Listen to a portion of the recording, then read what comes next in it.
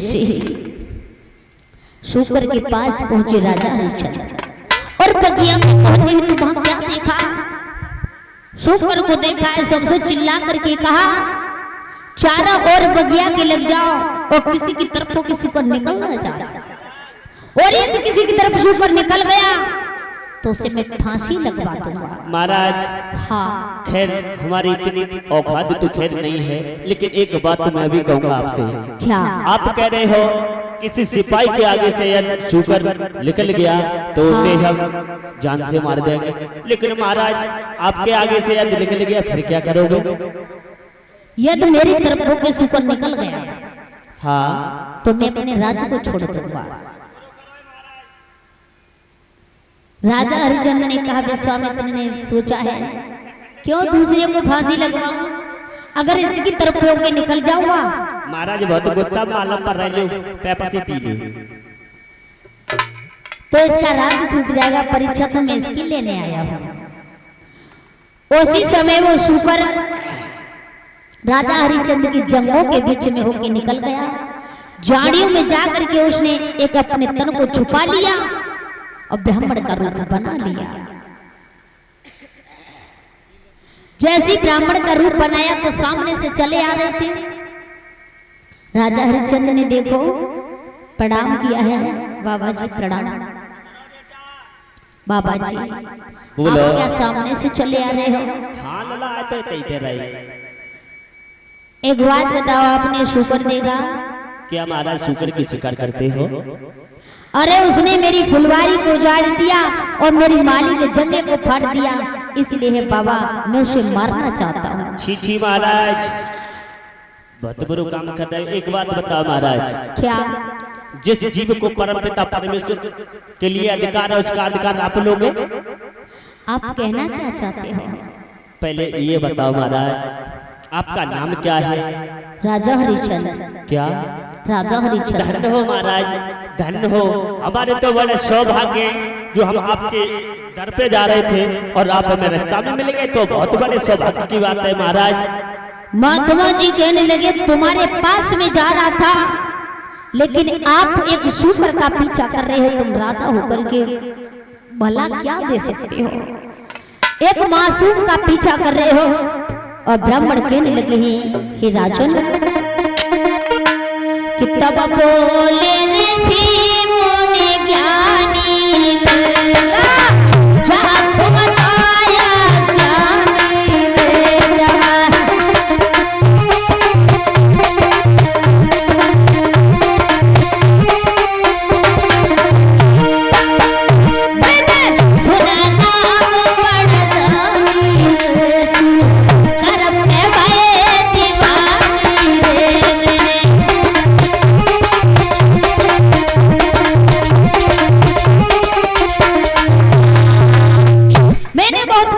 सुना था तुम्हारा राजा हरिश्चंद्र हो, अयोध्या नगरी के रहने वाले हो, फिर एक मासूम का पीछा क्यों कर रहे हो?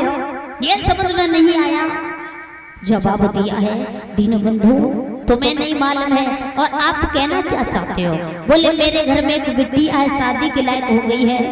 मैंने सोचा आपके पास जाऊंगा तो कुछ मिल जाएगा और बिटिया के हाथ पे लेकर दूंगा।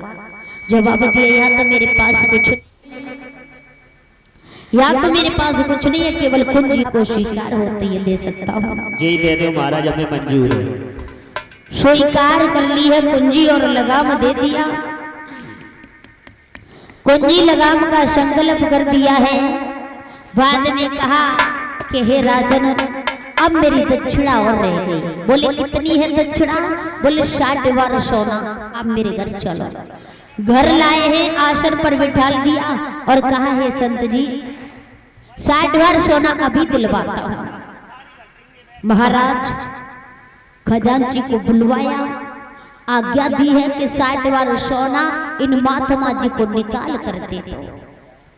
खजांची कहने लगा वो कुंजी और लगाम कहाँ है?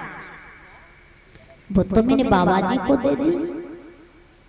बाबा जी कहने लगे किस पे हुक्म चला रहा है? कुंजी लगाम का संकल्प कर दिया।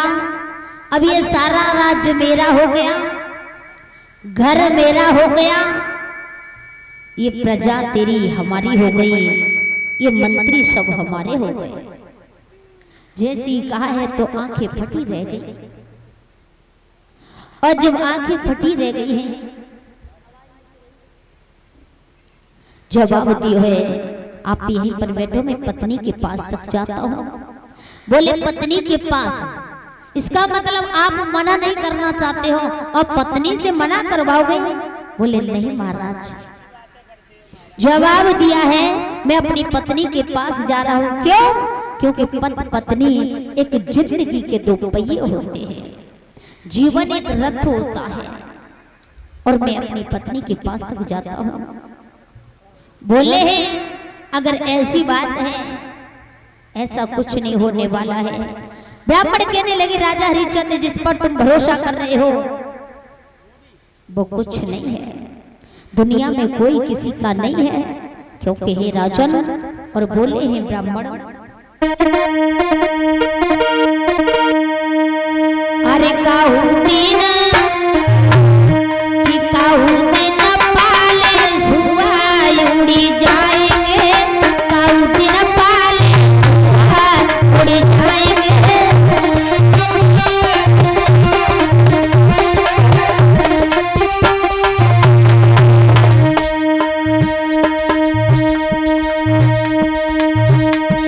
अरे काहू दिन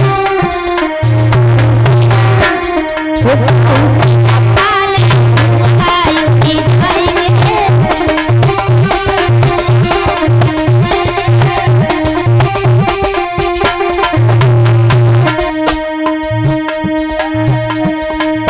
इन छोरन को गरब न करियो, गरब न करियो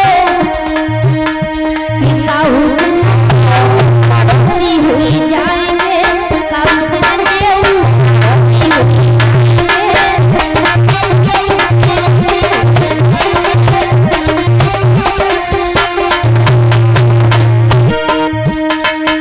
काहू दिन पाले सुहा उड़ी जाएंगे, काहू पाले सुहा।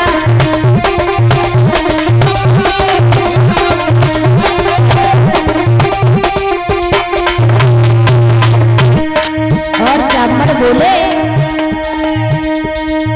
इन लड़की ने गरब न करियो, गरब न करियो। परीक्षित महाराज कहूँ तेरा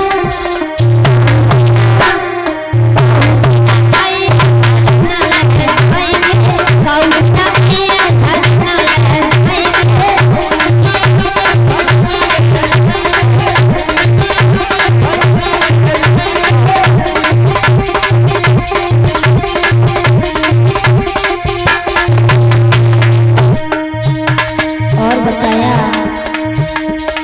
जात न कोई गरब न करियो, गरब न करियो कि कहूँ दिन माटी में मिल जाएंगे, कहूँ माटी में मिल जाएंगे।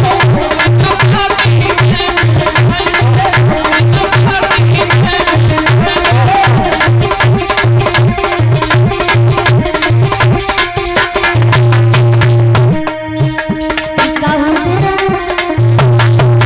दिन पाले